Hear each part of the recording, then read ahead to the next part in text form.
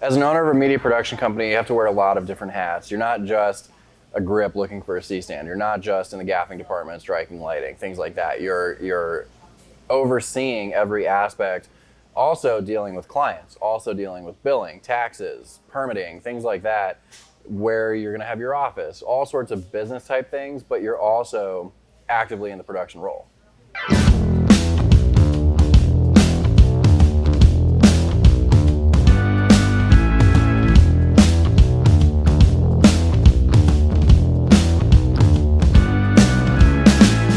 My business started out of passion. The passion for me was getting good grades on school assignments without doing the hard work.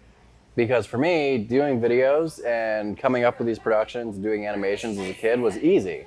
Because my dad was an NBC art director and helped me out with learning technology and learning film techniques as a kid.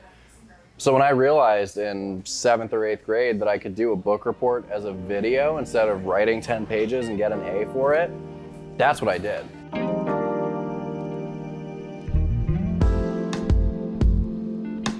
My sophomore year of high school, we went to Skills USA and competed the first time. By my senior year, we had won Skills USA for the state, and my school was going to nationals. Through all that, I was using the school's equipment and finding these projects to do on my own to kind of further my skill set and develop my media credentials and my portfolio and resume. And then by sophomore year, I also realized there's a huge market for certain different projects within the school. I can make the school my client. So I went to the district and I pitched a proposal that if I use their equipment, I'll cut them in on 10% as an equipment rental, and then I get to keep 90% as profit. And just worked that route enough until I could actually afford my own broadcast camera, which at the time was tens of thousands of dollars and ran on tape, and now it's antiquated and you can get something much less expensive. But the thing about that camera was that it looked professional. It was very impressive. So when you walk up to a concert, I walked into the Backstreet Boys concert one day with the camera and was able to talk myself onto the press list.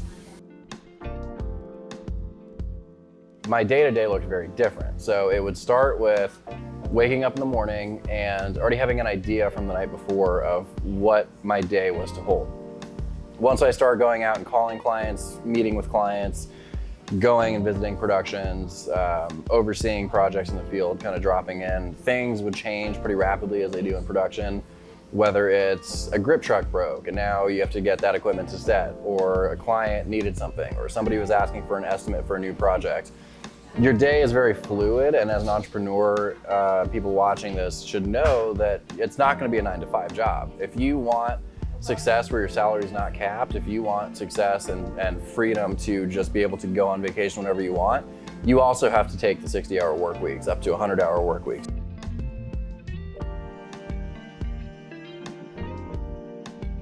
I've made a really good living in production, but it's nothing guaranteed. You're not going to get a steady paycheck unless you work for a production house like Fox or somebody large who has a budget from 50 or 60 years of doing this. And even then, it's not guaranteed. It's usually a per project paycheck.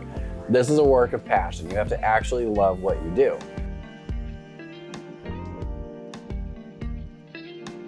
The concept of a big break, I think, is entirely fictional. For me, my big break, if you will, was gradual. It wasn't a definitive moment where, oh, this is my big break. And I do have to clarify that when I was working on things in that big break period, if you will, it was like John McCain's presidential campaign. It was working with Rolling Stone magazine, doing a photo shoot for Best Western Plus hotels. Big type jobs like that where the recognition is there, the publicity is there, but it wasn't fulfilling for me. That's not what I wanted to do. We're sitting in Small Town Coffee House right now in Glendale, Arizona, and working with the owner here to do some branding work and things in the past was a lot more gratifying to me, helping an individual business owner, seeing it prosper. This has been here for years now, and being able to have a positive impact on a community, on a business, on an individual person. Brand guidelines is the biggest thing. You need a consistent message, a consistent brand, and whether you do. Work ethic, I don't think is something that can be taught. I think it's something that's acquired through experiences or something that somebody inherently has. For my job personally, it starts with the business aspect where we're selling to clients, we're getting a signed estimate and a check, and then that funds the production itself. So then we're able to focus on the creative aspect and the artistic elements as well in that project to do the best job that we can with the most production techniques and styles that are appropriate, whether it's filming a drone for commercial real estate, where we're still getting those cinematic angles and we're still doing what we can, but we're also entertaining the audience. We're also providing an animation for the final project. We're doing an edit that's creative and that captures people's attention within the first 7 seconds of the clip. We're doing all these things and fulfilling all these roles and jobs. And for me personally, overseeing the business aspects, overseeing my crews in the field, often working alongside with those crews, is really fulfilling, and I think taps into all those different areas and avenues.